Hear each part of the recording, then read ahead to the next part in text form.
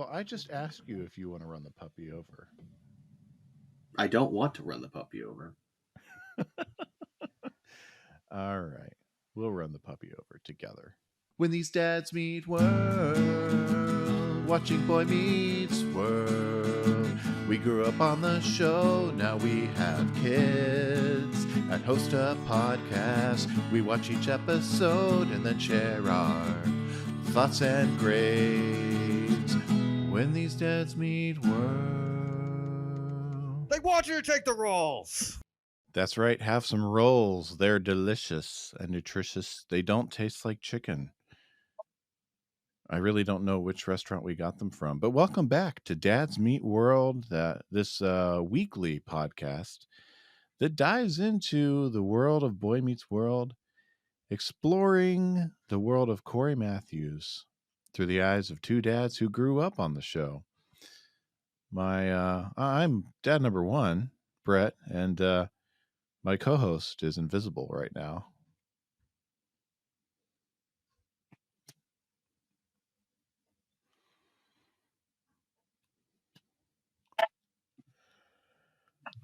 Okay, that's a really big letdown. I was looking for my Santa hat because I realized, oh, I have a Santa hat. Where is it? Oh, bummer. No clue. It must be in a box I didn't grab. So, darn. I'm Tyler. I'm the second dad, the disappointed dad. Oh, we can't be saying this together. Bummer. And I have a second one here too, but it's black, not red. So I've got like 6 more upstairs. Ooh. Well, it's not a branded one. It's just like this, but it's black instead of red. I don't know why they made it black. It came in a 2-pack. Interesting. Anyway. That's interesting. Yeah, I don't know why. Came in a 2-pack. How are you doing, Tyler? I'm good, Brett. I'm a little confuzzled is the word to put it, I think. I did watch that video you sent me of how Die Hard is a Christmas movie. And I now have this caveat. I think it could be a Christmas movie. The problem I have is if you make one Christmas movie, the next movies you make also must be Christmas or some sort of holiday movie. And Die Hard immediately goes away from Christmas. You can take a basic movie and put it into Christmas, your classic, Christmas or Vacation to Christmas Vacation, your Bad Moms to Bad Moms Christmas, or your Daddy's Home to Daddy's Home to the Christmas one. But going from a Christmas movie to non-Christmas movies just doesn't feel right. You know what I mean? Mm-hmm. So it's almost like I would attribute it to this. Let's say that Ralphie from A Christmas Story, the next movie about Ralphie was he actually became a bully and there is no hope, there is no joy. Ralphie is just a horrible person. The end. Like that's kind of the gist from a guy who comes in and saves Christmas, quote unquote, for one building to Superman who can do whatever he feels like just about that a writer is willing to break laws of physics for. Well, I think the problem is you've got to find a universal definition of what makes a Christmas movie. And you're going to find a difference of opinions on what makes a Christmas movie because you don't have a universal agreed upon definition of what a Christmas movie is. I was looking at my Facebook memories yesterday, and one came up from a handful of years ago that was Kelly's, where she was looking for help for a debate because I had said Batman Returns was a Christmas movie. And she was losing. She was losing the debate in the comments because there were a lot more people on my side, and the debate was slowly shifting. The comments were shifting to Die Hard was a Christmas movie. And that's where a professor of ours from college decided to weigh in. One Dr. Byron Curtis weighed in that Oh my gosh. Die Hard is indeed a Christmas movie. So I grabbed a screen cap before the memory went away. So I just found that enjoyable. I cannot believe you got one of the smartest mind at Geneva College to weigh in on this debate. The man has so many other things for him to stress over and worry about. And not only did he weigh in, he agrees with my perspective. Wow. I'll also say this. If Hans Gruber's plan was to ruin Christmas for America, like he was going to make it essentially I wasn't there at the time, but like a 9/11 situation, you know, where we now only reference the numbers as something bad, like, you know, for Christmas Eve or Christmas Day to be remembered as like the day that, you know, the terrorists attacked LA. You know, like if it was one of those situations, I could call it a Christmas movie because he's trying to ruin Christmas for the children. But that's not what he's trying to do. He doesn't care about that. I don't even know what he cares about. Because why would I watch a movie that's not Christmas around this time? I stand firm. Not a Christmas movie. Well, everyone's entitled to their own opinion. How are you otherwise? Confuzzled. Anything new going on in your world, Tyler?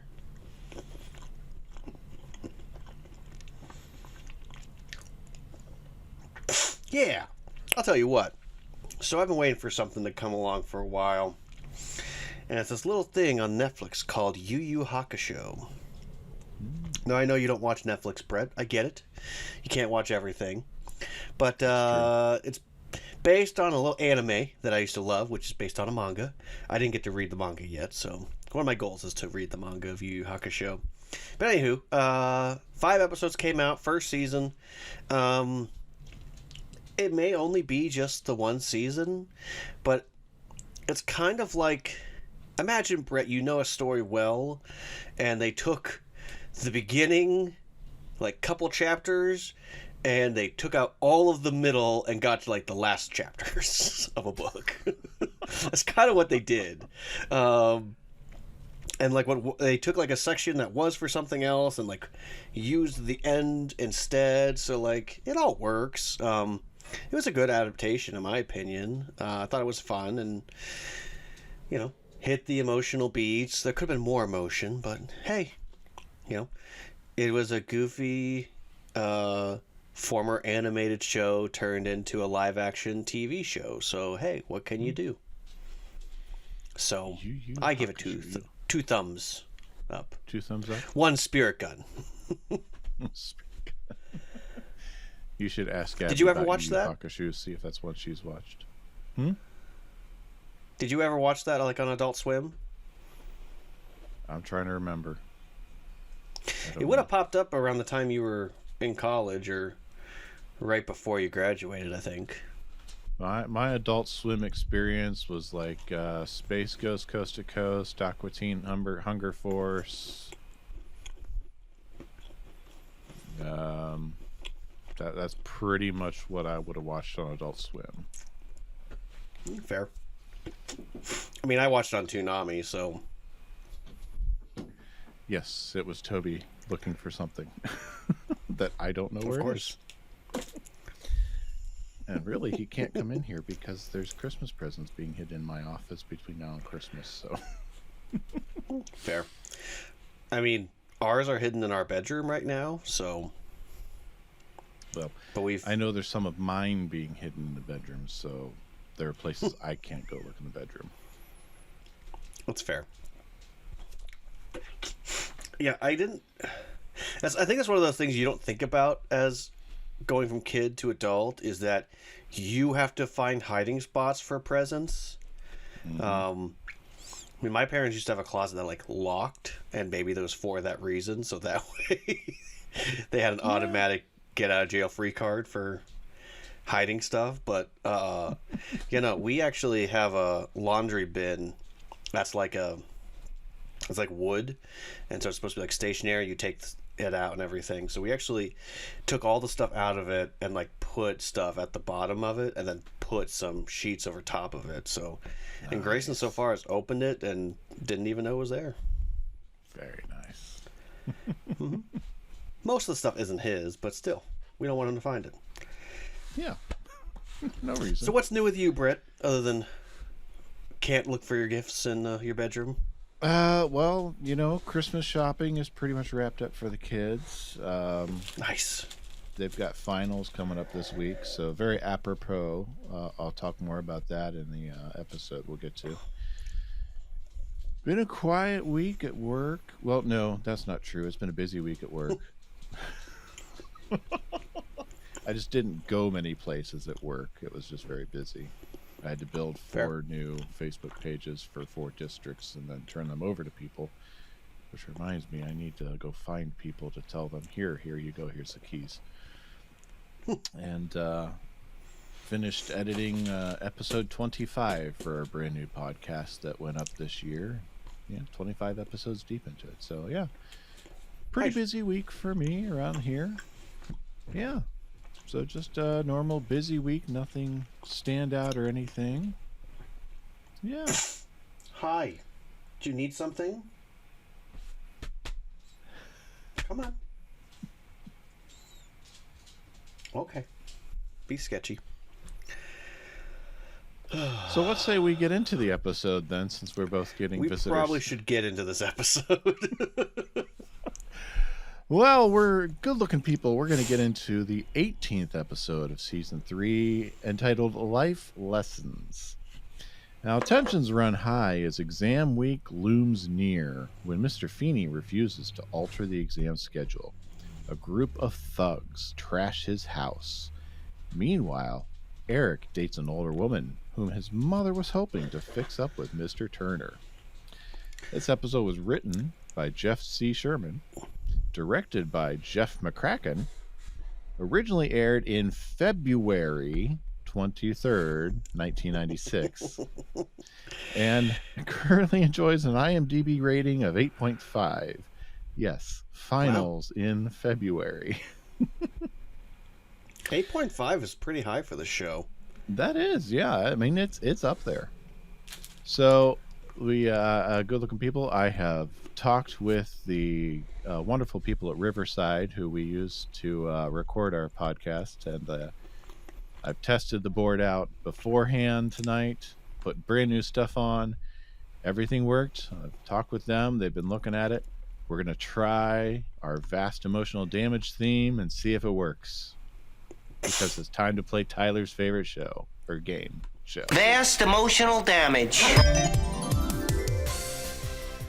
That's right. It's Vast Emotional Damage, the game show where Tyler tries to arbitrarily guess the ratings of this episode from 30 years ago, when we see how many million people tuned in the month of February to view an episode about finals. Now, previously, our last episode had 17.1 million viewers. Tyler, how many million people do you think tuned in for Life Lessons? You know what? We got a big IMDb score. Let's go big number. Let's go 19.5. 19.5, you say? Yep. You lose the showcase. 18.9. Oh. I like going That's big. not bad. Just a little too big. 18.9. Even if I still, went 19, I was still going to go over. Still a big jump from 17.1 to 18.9. I mean, that's almost 2 million full viewers for the end of the month. Mm-hmm. So, let's dive right in. We're going to start the school. The final schedule is being posted, and everyone acts like they didn't see it coming. And I got to start out. This is the end of February, and we're looking at finals. This is 2 weeks before the finals are taking place. When did finals take place for you, Tyler? Because good-looking people remember, I was homeschooled. I didn't have finals in high school. I mean, Okay, so from the way that this show portrays it, is if they have the same schedule all year. Like, every single class they always have the same. Maybe there's a little bit of rotation, but it appears as though they always have, like, the same class throughout the whole year. Yeah, it doesn't seem like they have a split in semester. Right. They always have, like, an English class going on or a history class. Like, they're never not in those. Because we did semesters, but then we did trimesters. Semesters were basically 4 blocks, 4 quarters, and you had in that quarter your own set of finals and midterms and all that jazz. Sometimes you would have a semester that would lead into the next semester, though. Like, you would have a 2-semester class. That wasn't that uncommon. So you'd have like a midterm basically for the end of the semester, and then the next semester you would just continue working on whatever you're working on before and adding to, building up, and then you would have a final after that. So like in those situations you always had some sort of a final, but a lot of times from my classes, from what I can remember, wow, high school feels like it's so long ago. Like, we would do a test, but we wouldn't always do it around the quote-unquote finals time. Like, it really was up to the teacher to decide when they would give, like, a final test or a paper or a project. Like, a lot of them would do, like, a project as, like, the final.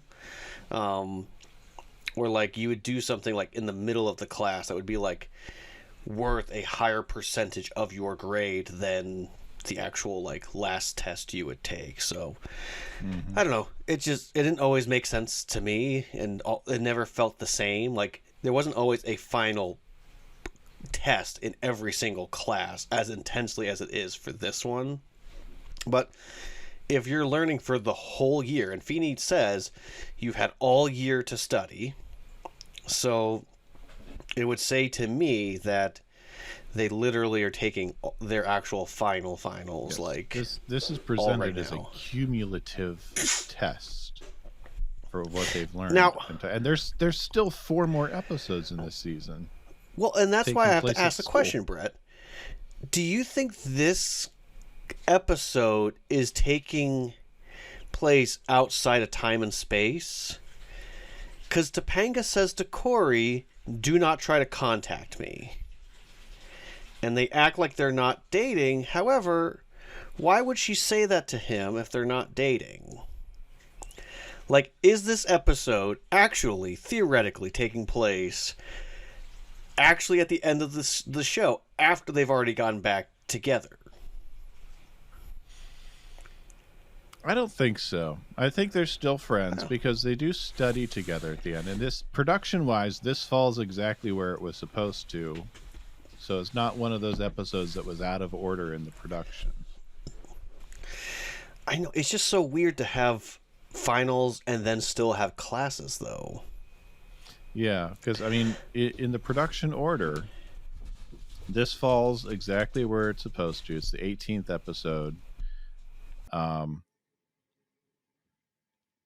Let's see. I take that back. Yeah. After this, there were still 4 episodes left, and they are exactly the 4 that we have left to go. And there's a little shuffling around, but the 4 that are left after this are the 4 that went into production that way as well, that were written and ready to go in that order. So this is how the showrunners put this all together. So it's just weird. It is. At the earliest, it would be like May. You would do like a final exam, but even still, it doesn't make a lick of sense. Yeah, and granted, this is also at a time in TV where between February and May, you may have 2 episodes come out. And so here they are getting ready from this episode to those last 4.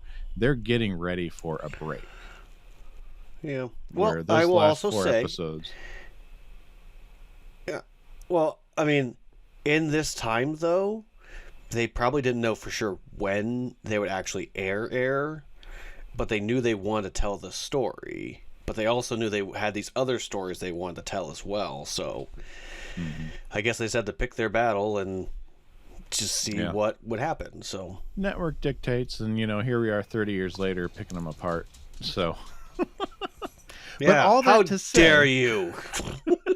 all that to say, the big deal with this final schedule is that they're having 3 finals in one day with 10 minutes in between. And I found this very apropos because in our school district, they have 3 finals scheduled in one day. And at one point, there was a proposed 4 tests scheduled in one day. That until parents rallied together to come to the school board and say, no, this is too much, it was potentially going to be 4 big finals in one day. And now it's back down to 3. And so the students are not very happy, but happy compared to what they would be with 4 in one day. But it's just with his whole 3 in one day being too much, it's very familiar to me knowing that our students here in Cuyahoga Falls are dealing with 3 finals in one day. So I just found that very familiar. Yeah, well, I mean, it's not that uncommon for a school to have multiple finals on a day. Like, it's also made very clear ahead of time of when the finals will be. So, I don't know. They've got 2 weeks posted, and it is a cumulative test. So, right. But they also are aware that they're gonna have to do their final. Feeny is right. That's what I want to say. Feeny is correct. Yes, Make your we'll point. both go on the record early. Feeny is not wrong.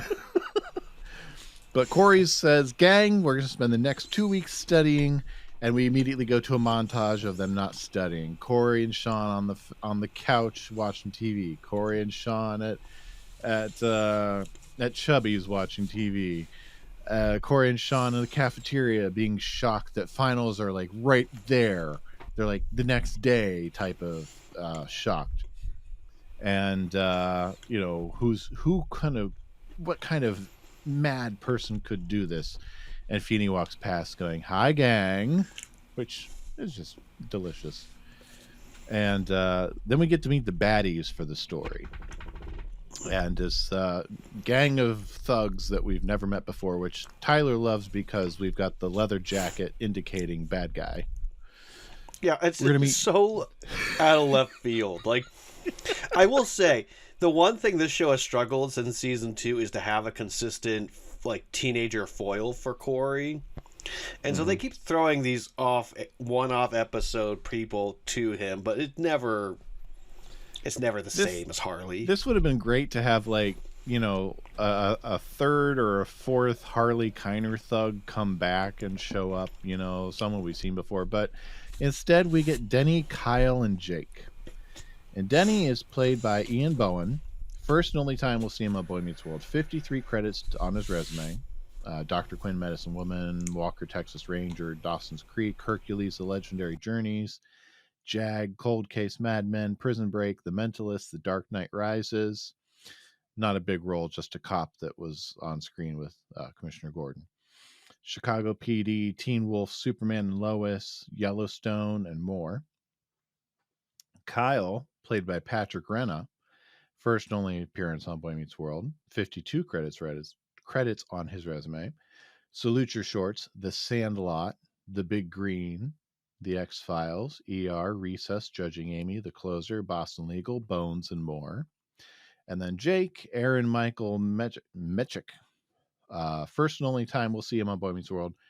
32 credits on his resume. Dr. Quinn, Medicine Woman, Picket Fences, Party of Five, The Practice, lots of voice acting, and he moved on to what's known as second unit direction since looks like 2012, since we haven't seen him in front of a camera since then.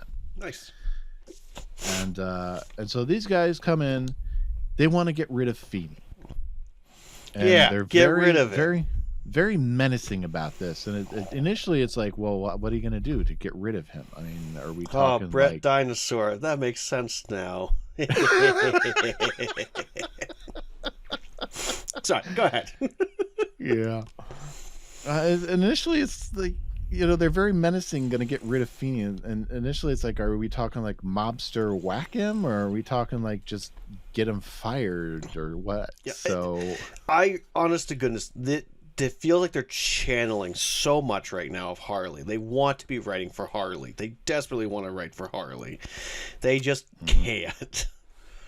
Yeah. And I also, real quick, I have to say as a side, we need to watch The Sandlot. Officially, we now have our third Sandlot person in the show, so we gotta do The Sandlot soon, you and I. I agree. So yeah, I'm just curious what their end game, how they figure they're going to get rid of Feeny is. And so Cory wants to organize, get a show of strength together. Kind of takes me back to me and Mr. Jode. Yeah, that's what I was thinking too. Worked out so well for him there, but and they wind up he gets everyone behind him, but they wind up at Chubby's watching TV. Yeah. Yeah. I tried this a lot in college, of sitting by the TV because of noise and going, I can study like this. My professor one day walked by and he goes, so I saw you with a book in front of the TV. I went, yeah. He goes, how'd that studying go? I went, not great. I thought so. Yeah, I could study with music. I couldn't study with TV on. Mm-hmm. So we go away, we come back, and there's Cory's leading a crowd up to Mr. Turner, bringing their complaints to him. And, yes. We come to this school, we don't like it.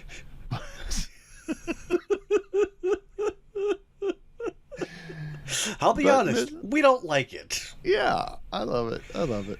But Mr. Turner is willing to hear them out, and he's willing to go.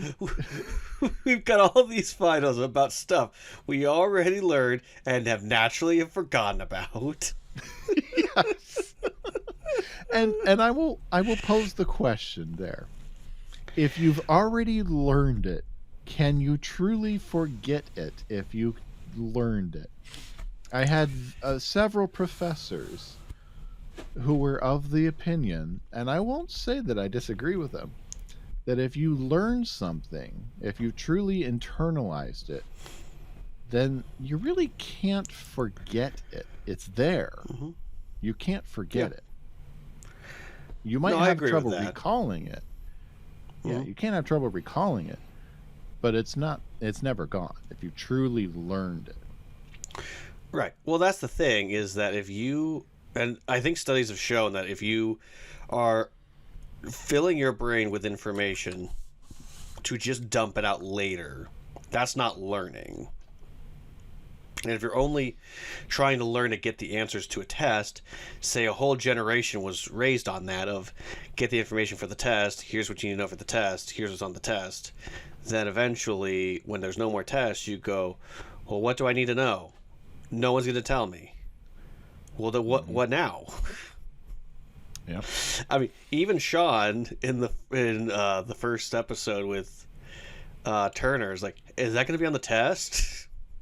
And that's how the so many whole times Jode we thing see happened. people asking, is it going to be on the test? Hmm? Yeah. And so Mr. Turner agrees to go talk to Mr. Feeny, and I clipped a part of this for us to watch. Yay. Yeah, but George, I think they may have a point. I mean, why do we have to lump these finals together like that? I mean, wouldn't it be easier if we just spread them out just a little bit? That would be much easier. And if we asked them simpler questions, that would be easier still. If we had no tests, just put on party hats and play the hokey pokey. I dare say that my students would love me. You know, you lose the hokey pokey thing, I think you're onto something. George, I think they may have a valid concern. I mean, can't you at least hear them out? I will always have time to listen to my students. I will always have time to listen to my students. Yes. I love that about Mr. Feeny, and I love me some good Feeny sass. Mm-hmm. Well, it also gets back to what made Turner and Feeney's relationship last year so interesting. And unfortunately, them adding Eli to both his personal life and professional life, it took away from that, I don't know, that buddy cop type relationship they had where it was a gruff veteran with a groovy young cop. Like, I don't know, we just lost something of that this season, which is sad. Yeah, it really does. And so Mr. Feeney's going to listen to his students. He's always got time. And Mr. Turner comes out and says he'll listen, elect yourself a leader. Cory is elected for a quarter. Because he finds a quarter on the floor. Fun little visual gag. He comes in, and Mr. Feeny is very, very quick to basically he puts him on his heels right away. How long has the exam schedule been posted? Couple days. 2 weeks. And how long have you had to study the material? 2 weeks. All semester. And you come to me now? How can I take you seriously? It's really short, but it cuts to the quick. It's just a couple of questions. How long has the schedule been posted? How long have you had to study? How can I take you seriously? You haven't done any of the work here. And you're coming to me, you've had all this time, and now you just want more. How can I take you seriously? And I gotta say, Feeney's not wrong. No. Exactly what I wrote in my notes. Feeney's not wrong. And then Cory goes into a whole, Mr. Feeny, remember when I ate your dirt? And yeah, he's really obsessed with this whole eating dirt thing. Yeah. He basically wants Mr. Feeny to let him off the hook because they're neighbors, and that's you lose all. Hey, this is the first time he tries it. Mr. Matthews, what? Get out! I love how he goes, now we're neighbors, right? Do you remember that time I ate your dirt? Here we go. I think that's the first dirt back. Here we go for Cory and Feeny. So Cory comes out. He's got nothing. And what are their names? Denny and the gang are gonna... How you tried your way and it worked. How's he phrase it? Never. And Feeny in his way of how does he phrase it? I didn't write it down. Do you got the script up there? The transcript? Yeah. Because he's got that annoying way of speaking. Your way worked for never. Now it's time to do things my way. Well, what's your way? Look, Feeny has made our lives miserable. Forever. And now it's time to get back at him with a little bit of what he gave us. And then he does the "Are you with me?" Yeah. Yep, and even Shawn goes with the crowd because he hates these tests. And yeah, even after everything that Mr. Feeney's done for him, that we've seen him do for him, he's willing to go make life horrible for Mr. Feeny because of these tests. Mm-hmm. And so we're going to transition to the Matthews living room for our B plot as Eric answers the door for a red-headed woman who's coming into, we find very quickly, to meet Mr. Turner for a date that Amy set her up for. This is Brenda Marsh, played by Lisa Akey. First and only time that we'll see her. 24 credits on her resume. Legend, Models Inc., Murder, She Wrote, Frasier, The Sentinel, Sliders, Party of Five, and others. Now, Tyler, I don't know if you caught this or not, but did you catch that she works with Amy? Yes, they didn't say what she did working with Amy, but yes. No, so I was curious on 2 points. One, I'm curious if Amy is still doing the art thing. Or wait, Yeah, are we art season or 2 real they food? said that she Yeah, works season for 2 the art is gallery. Art gallery.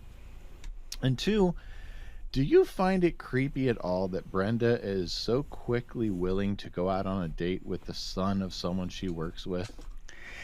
Yes, that she knows for sure is in high school. Yes. Yeah. Also, to make clear for the Pennsylvania people out there, not a part of the Marsha Marsh group. Yeah. So clearly, very quick. Hey, We don't it's get the whole- 90s. Things are different. Yeah, we don't get the whole mistaken identity. They go on a date and don't realize until midway through the date that he's not Mr. Turner thing. They find out pretty quickly. With Brett, my question is where did he take her for a little bite ski? That was appropriate, but on the second date he took her to Chubby's, which was not appropriate for them. My mind says he let her pick the place for the first one. Yeah. Yeah. Especially with that crack on the way out the door of, well, you're not getting any older. Or before you get any older, however we phrased it. Yeah. I mean, that was a surprise. I'm like, okay, there's also a possibility of them knowing like a burger little joint that they like to go to that has like a window or something. Like, very true. There's plenty of options, or like a hot dog vendor or whatever that like, or maybe like a hole in the wall Chinese place. Like, there's, yeah, I mean, there are technically plenty Philly. of options other than, yeah, maybe it's a Philly cheese place. Maybe they found some cheesesteaks. Could be. I mean, for as much as they like to lean into this is Philadelphia, they never eat cheesesteaks.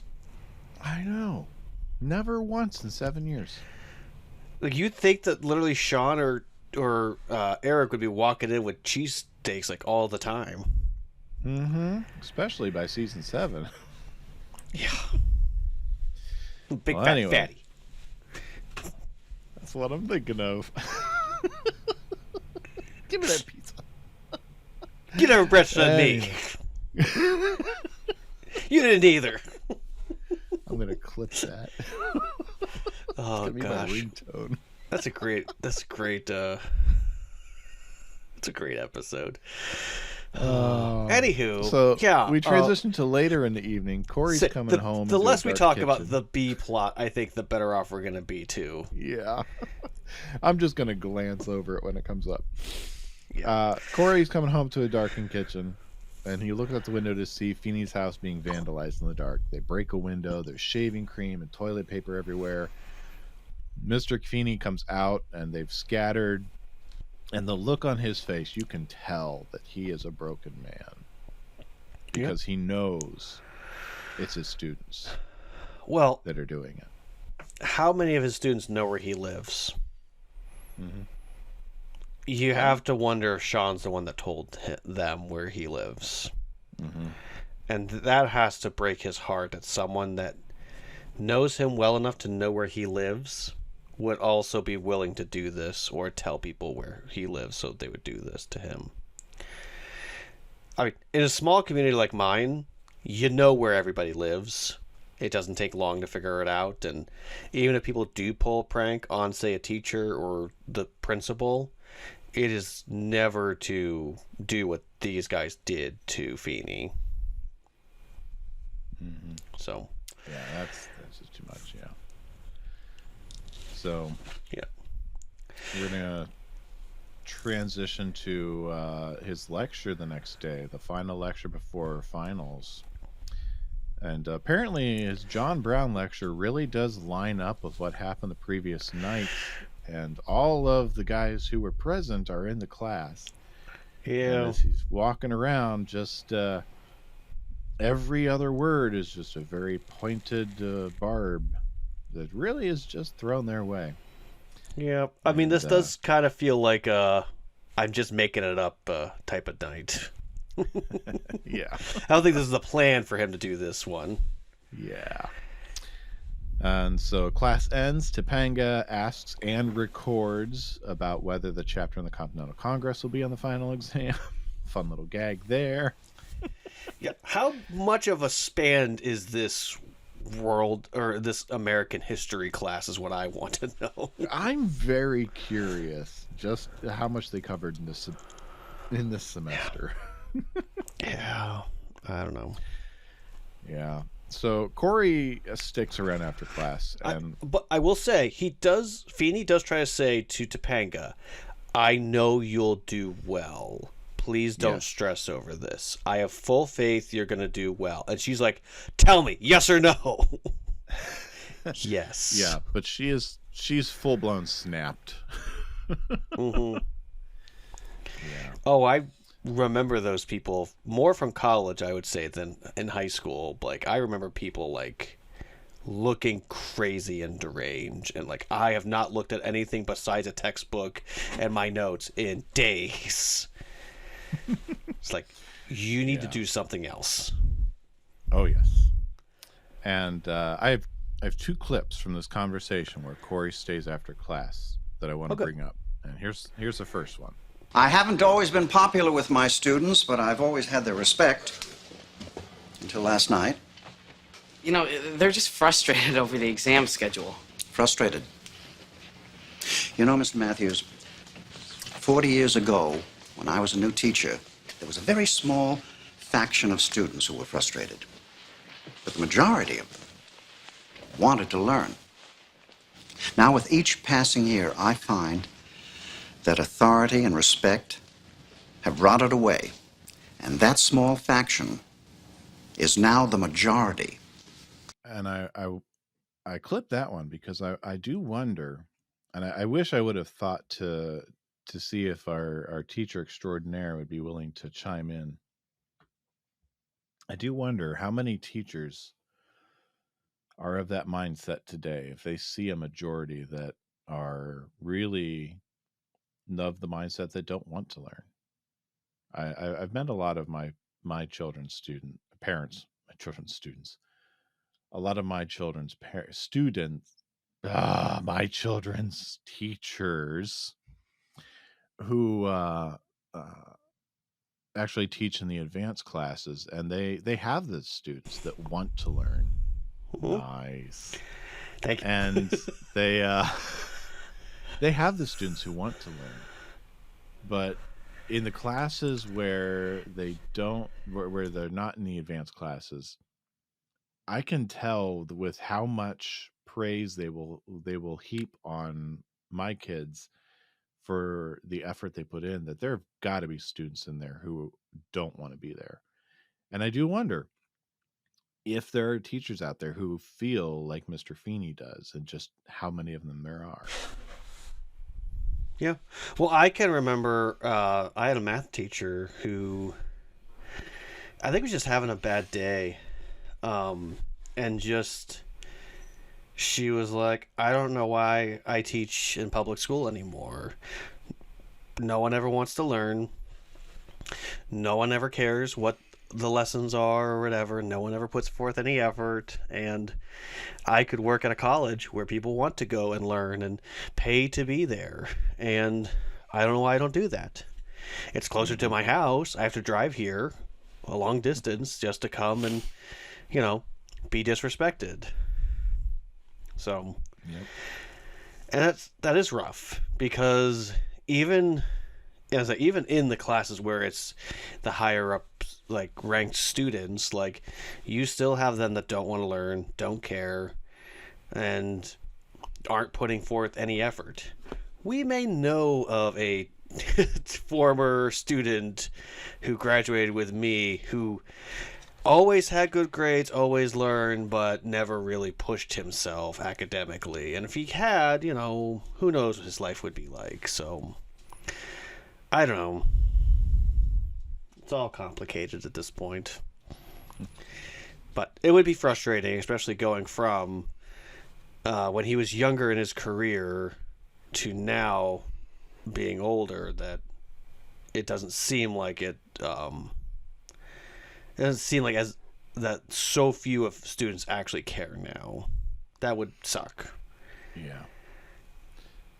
Yeah. And the second clip I have from this conversation is this. Well, Mr. Feeny, wouldn't it be easier to just spread the exams out? You know, I mean, it makes us happier and it takes off the pressure. Oh, yes, but don't you see? That little bit of pressure forces that tiny nugget of education past baseball statistics, girls' phone numbers, into a place where you can store it and recall it. And maybe even someday use it, huh? Oh. And I can't tell you how many times I have thought of that comment, that example, when it comes to why tests exist or why we do things the hard way when we could do them the easier way. Yeah. I love that explanation of what he's trying to accomplish with these finals, the way that they're set up, with the way that he puts them together. Because it would be easy if we did things easier, but would we really be accomplishing anything if we made things easier for our students? Yeah. Well, you have to also think about the fact that technically a lot of the stuff and the way they learn is easier than what Feeny had when he was growing up. Mm-hmm. I mean, he doesn't do this rant this season, but next season he'll have a moment where he's frustrated and fed up with his core favorite students. And just the fact of the internet and what the information they're able to find, and, you know, how hard it was for his generation and generations before that to get the same information. You know, way too many young people, and I'll include 20-year-olds in this, who will say things like, why would I learn these things when I can just Google it? And, like, I'm not going to say that I recall every time that I do a deep dive on something, but I can tell the times that I can sit back and go, oh, hey, here's this weird factoid that I still remember because I put effort into finding it and got either an answer I wanted or, that's interesting. But at the end of the day, like, Mr. Feeney's job as principal is to push every single student academically. And he's not doing his job unless he does that. As a teacher, I think he's right there with them of, hey, I'd love to change it, but the principal said this is what we have to do. So, but again, Feeney's not wrong. He's not. And he goes further, and he has a moment of self-reflection with Cory, and he confesses to him that he's an old dinosaur. He's done. He's going to retire at the end of the year, and I love the vulnerability he shares with Cory. Yeah. And that his students have finally gotten to him, and he's truly a broken man, and it's sad. It's a beautiful moment of vulnerability with Cory, but it is a sad moment too. And our thugs show up, they interrupt, and they try to intimidate Feeny, and he won't be intimidated. You have the right to not show up. It is my right to fail you if you choose not to. Mm-hmm. And so he leaves, and I wish they could have seen the look on Feeny's face when he saw everything, and Cory pipes up that he did. Yep. And they want to make sure Cory didn't squeal, and Shawn's all, Cory wouldn't squeal, he's cool. And that's where Cory's just lost it. Yeah. Cory's just, is that what makes me cool, Shawn? I wouldn't squeal. Is that what makes you so cool? And they go have it out in the hallway, and it's a very, very short talk in the hallway where basically both of them realize that they're complicit in everything that's transpired to this moment. Shawn is complicit in that he knew, even though he wasn't there, he knew what was going on. And Cory's complicit because he really started everything. He started this whole movement of let's go and try and get this changed. And they both feel like they're taking on guilt for everything. And to a point, they're right. Yeah. Yeah. And so we're going to go see... It just hit me. Yes. It just hit me. Here's how I can justify this episode happening right now. I was right in the fact that this is not happening at this time. However, I'm wrong about the year. I think this is a sophomore year story that in my headcanon, it's Cory retelling stories. Or Shawn and or Eric. Like, basically, it's the kids making up an understanding of what their parents' meeting of the world is. And in the storytelling, Cory and or Shawn and or Eric, whoever's telling all the stories, they get this story confused and they tell it out of order of the school year. So this is actually the sophomore year, but they all look younger because they told the story through this year. Okay. Hot dog. Again, in the official Dads Meet World headcanon, this is the 9th grade year. Next year, it's a combination of 11th grade and 10th grade stories. And then the next year after that, it's senior year. Because you can't have the way they did it make actual sense. Other than to say, next year it's a combined year. All right. You got that, good-looking people? There's your answer. There's your headcanon. Write it down, because I didn't. You're welcome. And again, Eric attempts to woo an older lady. His dad approves. His mom is annoyed. And the less we talk about that, the better off we are. Yes, I will say this. I don't think Alan really approved. I think Alan knew that Eric was going to crash and burn because he really had nothing in common with Brenda, and he was just going to let him crash and burn. I think that's all it was. Sorry, I did skip this. I do like the interaction that Alan, Turner, and Feeny all have together of Alan and Turner trying to remind him, both on a personal level and on the educational front, of remember they're just teenagers. And they're just frustrated and angry, and don't take it personal. You know. And it wasn't the whole school. It's just a handful of them.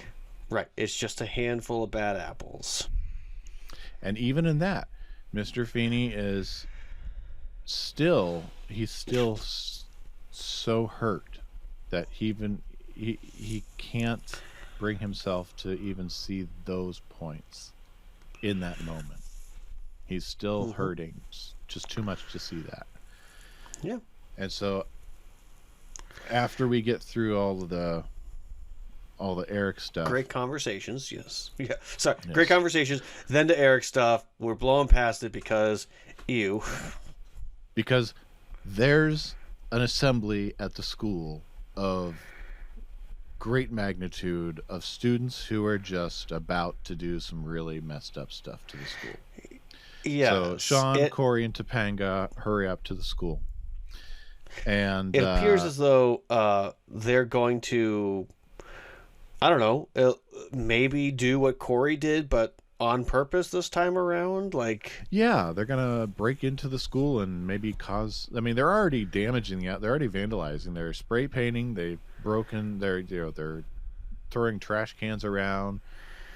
They've spray painted "Die Feeny" on it, at least one wall. Yeah. So there's threats there. And they're about they've at one point they have just cut the chains on the door with bolt cutters, and this is where we're going to pick up with my last clip for the episode. He doesn't teach history. He is history. He doesn't care about us. Yeah, of course he cares about you. I mean, he's trying to push this little nugget of education past your baseball statistics and your criminal record right here. If you touch my head again, I will break your finger. You see, I learned something. Well, that's more than you're ever gonna learn from Feeny. That's not true. Let me tell you something I learned from Feeny this year. See, it's cool for you guys to come down to the schoolyard because you've got freedom of assembly. What are you talking about? I'm talking about Amendment 1 of the Bill of Rights. Shawn? I accidentally read the chapter. Yeah, what'd you learn? Well, I learned that they've got the right to peaceably assemble. But the second you guys broke that lock, you broke the law, and I got the right to call the cops. Why are you defending him? What has he ever done for you? You see those bolt cutters in your hands? Yeah, what about him? Well, you see how I don't have any in mine? Yeah, so? That's what he's done for me. I love how Shawn has finally come through to his senses and realized what Mr. Feeny has done for him and what he has meant in him. We talked last week about Shawn having a foot in both worlds, kind of stuck being in the trailer park and out of the trailer park, and he tells his half-brother that he's on his way to being better. Here's a moment where Shawn is putting that in practice and saying, yeah, I am. Those bolt cutters aren't in my hands. I'm not in your shoes. Yep. And I love that. I get excited when I see that. Yeah, I mean, it's a great moment of Shawn realizing that he is responsible when he knows something. And instead of going into Feeny's house or grabbing Turner, he grabs Cory because the two of them feel guilt and they want to deal with it as, students, as teenagers. Mm-hmm. And so the fact that those two tried to go and stop it is a big deal. And it shows that they're actually paying attention to what Feeny is saying now, but also have been paying attention to what he says in general. Yeah, and accidentally reading the chapters. Yeah. Yeah. So Feeny comes out, the crowd scatters. We find out Feeny isn't actually going to retire. Mm-hmm. And he's impressed that Mr. Hunter has been learning from him. Mm-hmm. And he starts to clean up the parking lot after he shoos Cory, Topanga, and Shawn home, and they come back to help him clean up, and we close out. We come back for the tag. We find out Shawn gets a C, C, C, C, and a D on his finals, so he passes all his finals. Not a bad report card for a kid that not bad. No, doesn't not try. Bad for Shawn. Not bad at all. Cory gets 2 B's or 3 B's, a B minus and a C plus, which is better than what he thought he'd get. And I'm assuming Topanga gets all A's, especially considering what she says at graduation. And they all wind up back at Chubby's for more TV. Because studying's the way to go. But you know what? Yeah. They're done studying, so they can reward themselves. So I'm okay with it. That they can, because apparently they have now in Showtime about 3 months to just do nothing. Yeah. Now, I will say that New York, I don't know if they still do this or not, but they used to do a certain test at the end of the year. So they would do regular classwork and then would stop and just then get ready for that test. But it was a statewide test they would do. So, and Pennsylvania used to do Keystones. I don't know if how well or much they actually do those now. Because I think at one point they were supposed to get rid of the PSA tests and go with just the Keystones. That was supposed to count for grades, but I don't know if it actually does or not. I'll have to follow up on that. Ohio does map testing and one other test. I forget what the other one's called at the moment. Yeah. Well, Brett, I think that was an episode. They're usually at the beginning. That was an episode, yes. So, Tyler, I believe we have some deep dives. People. Am I the only one who read the summer reading list? Yes, deep dives. Let's do this thing. So, Brett, you may be wondering, is it okay to eat dirt? Eating dirt may not always cause harm, but it could contribute to a number of health concerns. The more dirt you eat, the more likely you'll experience negative side effects and illness.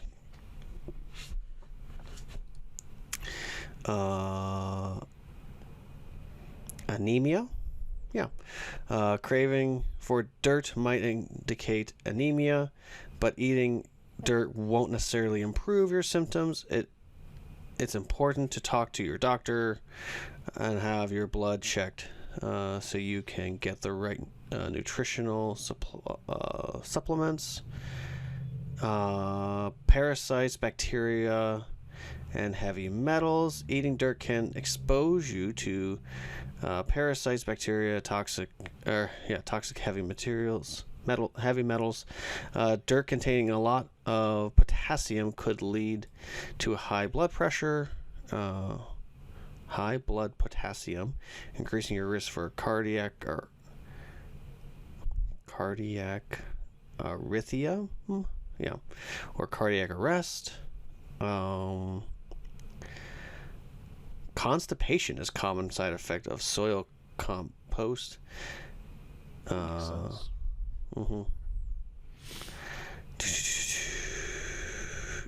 If you're pregnant, definitely don't eat it whatsoever. Apparently, there are some. There is some health benefits, quote unquote, to eating dirt. However, I don't recommend it. Although this thing popped up of how to stop. One is talk to a trusted friend or family member. Chew or eat food that's similar in color and texture. Speak with a therapist. See your healthcare provider. Use positive reinforcement. Wow.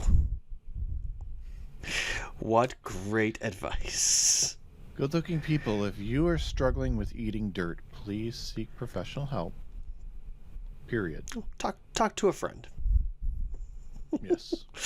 And seek professional help because your friend might not understand.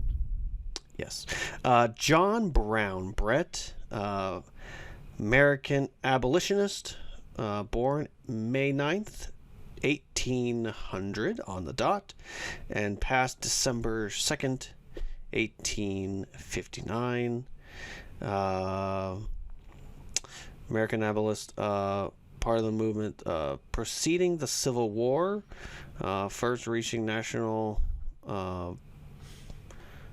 prominence in 1850 for his radical abolitionist and fighting in Bleeding, Kansas.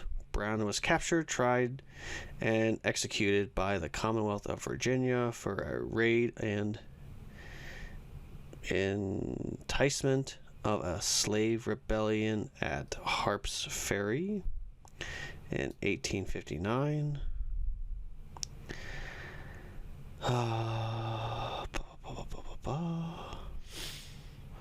Wow, lots of monuments all over the place apparently for this guy.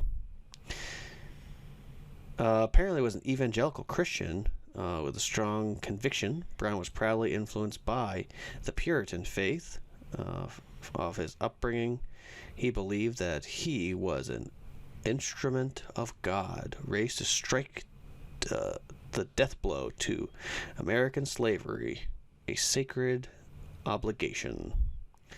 Brown was leading the exponent of violence in American abolitionist movement, believing it was necessary to end American slavery after decades of peace efforts had failed. So, yeah. Interesting fellow. Continental Congress, Brett. I heard that and thought, what's the deal? Continental Congress was a series of legislative bodies with some executive functions for the 13 colonies of Great Britain and America and a newly declared United States before, during, and after the American Revolutionary War. The Continental Congress refers to both the First and Second Congress of 1774 and 1781, and at the time also described the Congress of Confederation in 1781 and 1789 through 1789.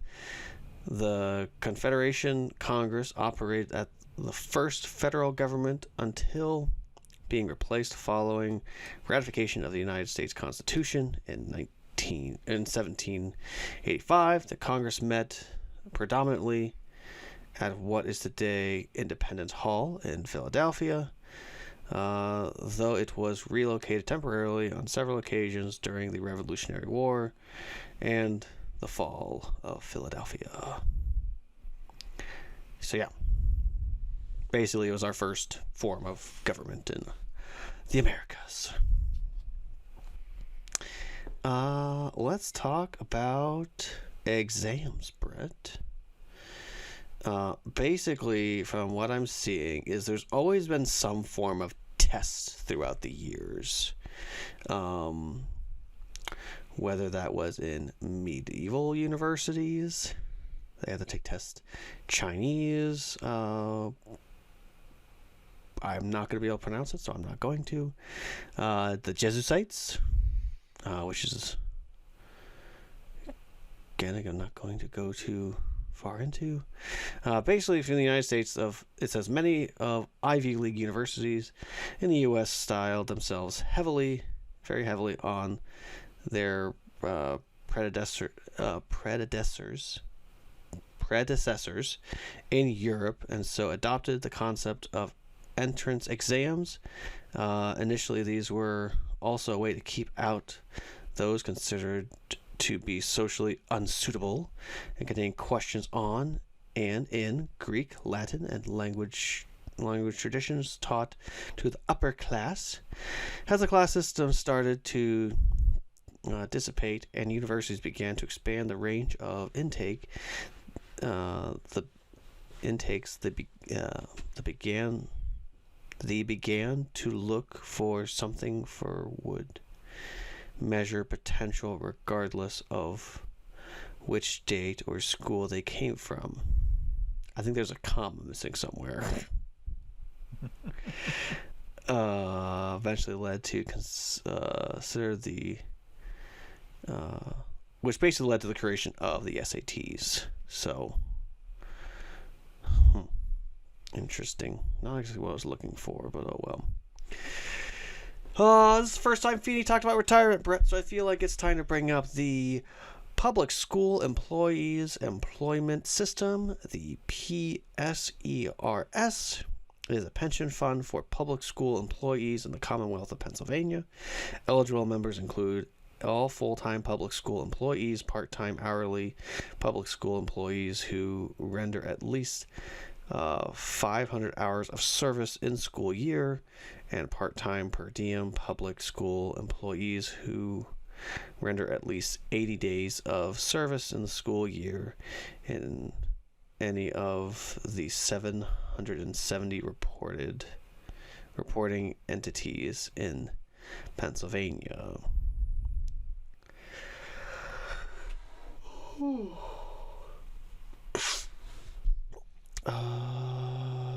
I guess go ahead and say this. As of June 30th, 2020, the system had nearly 248,000 active, 247,000 retired, and there are 27,000 vested inactive members with an established annual active payroll of $14.7 billion.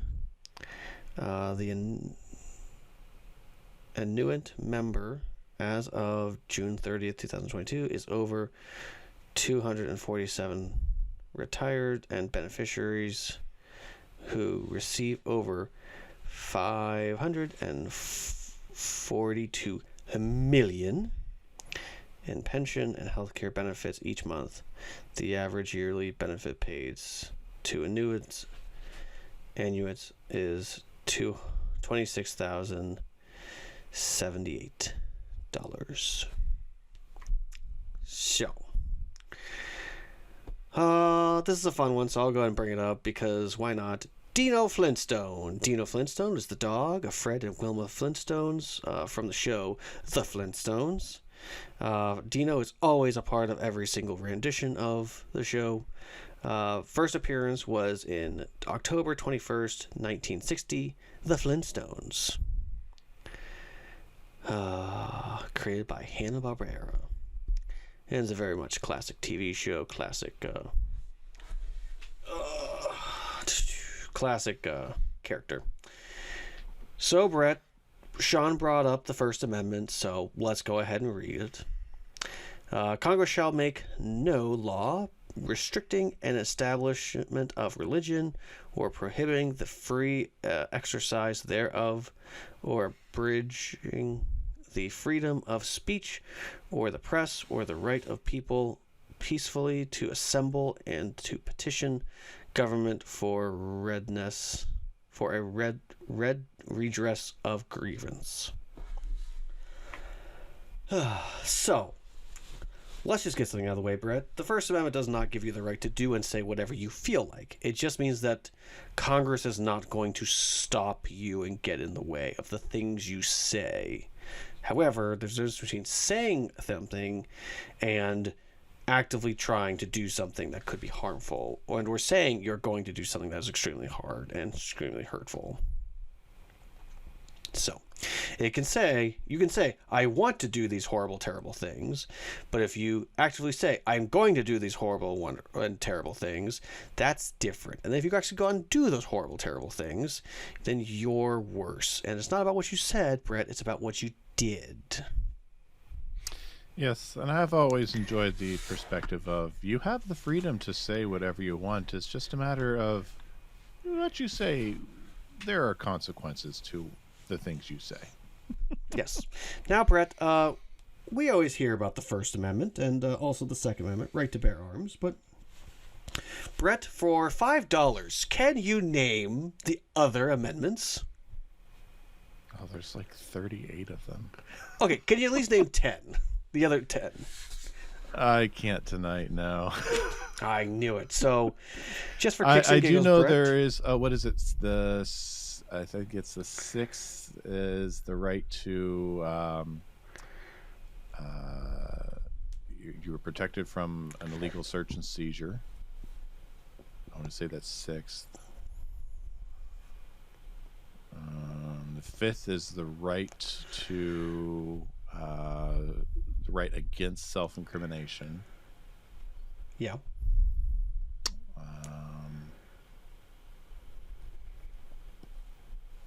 Right now, those are the only two that are coming to my mind. Oh, that's all right. So, amendment number 3 is quartering of soldiers. Be more specific, no soldier shall, in time of peace, be quartered in any house without a consent of the owner, nor in time of war, but in a manner to be prescribed by law. The 4th Amendment is search and seizure. 4th, not 6th. Yep, that's okay. The 5th is about not perjuring yourself or saying something that could incriminate yourself. 6 is the right to a speedy trial by jury and witness. Yep. Counsel. Number 7 is jury trial in civil lawsuits. Number 8 is executive fines. Executive fines, cruel and unusual punishments. 9th is non-enumerated rights and retrained by people. Let me look at what that actually says. The enumeration in the Constitution of certain rights shall not be construed to deny or despair other retained by the people. I think that just means your rights do not supersede anyone else's rights. We all have the same rights. That's what it sounds like. Like, your freedom of speech does not get in the way of me not liking what you said or you not liking what I said. My right to bear arms does not mean that you have the right to take away my guns. You mean bear arms? Yes. And then rights to reverse to state and or people is the 10th one. 13th is the abolition of slavery and citizenship rights for those after Civil War. Right to vote not denied by race. There's the 15th. 19th is the amendment is the right for women to vote. The 20th is presidential term and successions of Assembly of Congress. 2-term limit for president is the second one.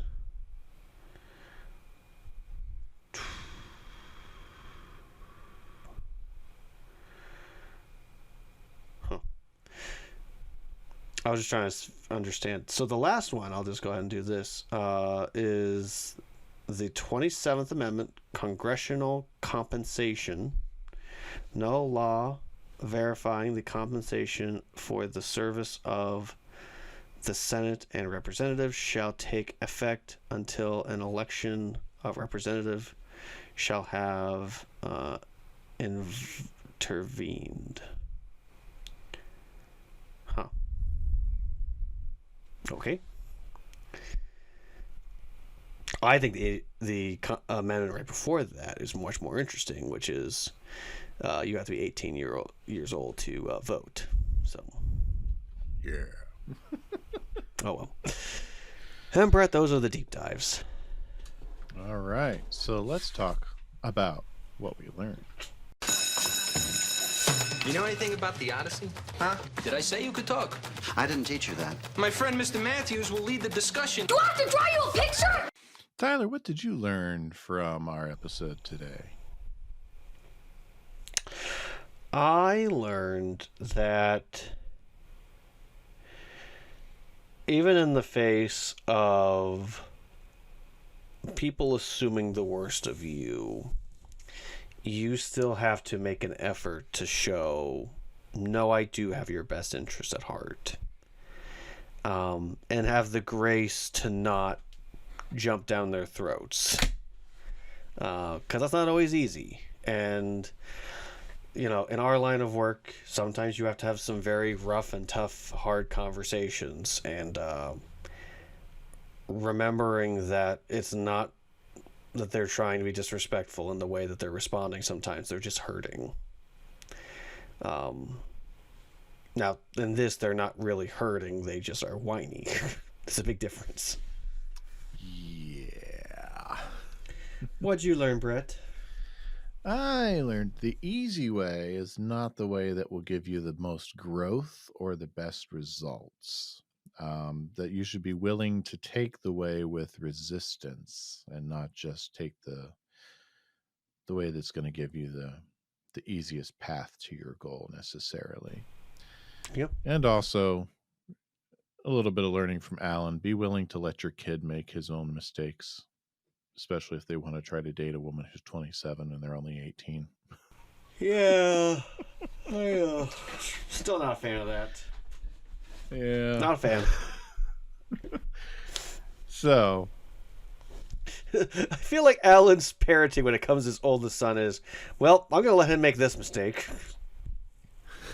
Yeah. There are times where he's a little too much of a helicopter, times where he might be a little too hands off. I don't know. You're exactly right. So am I done with my education? Can I go? How would you grade Life Lessons? I'd give this one a B+. A B+. It's one of those episodes that it's really, really good. And I mean, the A storyline carries this episode. And there's a part of me that kind of wishes there wasn't a B storyline at all, because it does really bring down the episode. Like, we didn't need it. It didn't help Eric's character. And it kind of felt like it really just showed that the world they live in is not a good one. Yeah. Also, it does take away from me that it's just random bullies that come out of nowhere that have influence on Cory and Shawn, and they know them both really well. It's just, It's the same thing as random girl comes out of nowhere and thinks Cory's cute or doesn't give Cory attention until he does something. Like, reminds me of Sonia. Sonia, so Sonia, but Yeah. What about you, Brett? What would you grade this? I went with an A-. I'm with you on the B Fair. story. I think I just feel a little. I probably just feel like the A story carries it a little more. Fair. But yeah, I'm definitely with you on the B story. It would probably be better without it. Yeah. Yeah. I mean, honestly, to me, a difference between a B+ and an A- is really just comes down to, is there more love for this episode than there is annoyance? Like, True. I've given episodes an A-, and I know that quality-wise, it probably deserves a B, but I love the episode so much, I can't help but put it into an A-. Yeah, yeah. And for me, it's the honestly, it's probably a little more. That's probably exactly why I go with an A instead of a B on this one for me. Yeah. Now, I will say, Brett, I did tell my wife before we were watching the episode today, I went, I like this episode, but the next episode, I love that episode. I'm right. No, you're exactly right. So am I done with my education? Well, that wasn't supposed to happen. Yeah. Oh, well. Well, I believe I owe you a dad joke. Before that, Brett, I just have to say one thing to you. Merry Christmas. Because in the few days after this drops, apparently, it's that time. It is that time. Yes, it's crazy how it sneaks up on you. Today we are recording on the 16th. This will drop on the 22nd. So, good-looking people, by the time you listen to this, it may have been Christmas Day already. So, if you are listening to this right on the day or around the day, Merry Christmas. Yes, Merry Christmas. Happy New Year's. We're all festooned in our Christmas love. Mm-hmm. Well, that's why I wanted to go and grab this, so that way for our Christmas episode officially. I wasn't thinking in my head we had one more before the Christmas episode would drop, but I was wrong. Well, that's okay. That's why I got my elf behind me too. I saw Snoop on the stoop at Walmart today. I've seen that before. I don't know how to feel about it. Yeah. All right, give me that dad joke. Dad joke. It better be a Christmas Some people one. pick their nose. I feel like I was just born with mine. Very nice. Solid. Yes. I like it. Yes, so with that, I'm going to not be able to play the outro theme so well. Good looking people, we thank you for checking us out this week and for sticking around. And you can check us out online on our social profiles at dadsmeetworld across Instagram, Facebook, Twitter, and TikTok. We'd love for you to And if you check think us we out deserve there. it, wish us a Merry Christmas. That'd be lovely. Yeah. We just wish you all Merry Christmas. So check us out there. Wish Yeah. us Merry Christmas. Yeah. You can email us at dadsmeetworld@gmail.com and leave us a 5-star review on Apple Podcasts. And check us out on wherever you find our YouTube at dadsmeetworld. Yeah. Unless you're watching us there now, just leave a comment. Do it. You won't. Do it. Do it. So, Tyler, until next time, I'll see you good looking. To you good looking. How can I learn so much every week and still be so stupid? Dads Meet World is a production of Headfirst Studios. Headfirst Studios. Tell your story.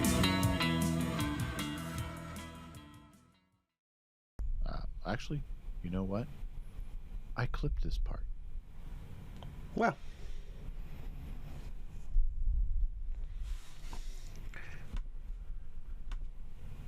It's not going to work now.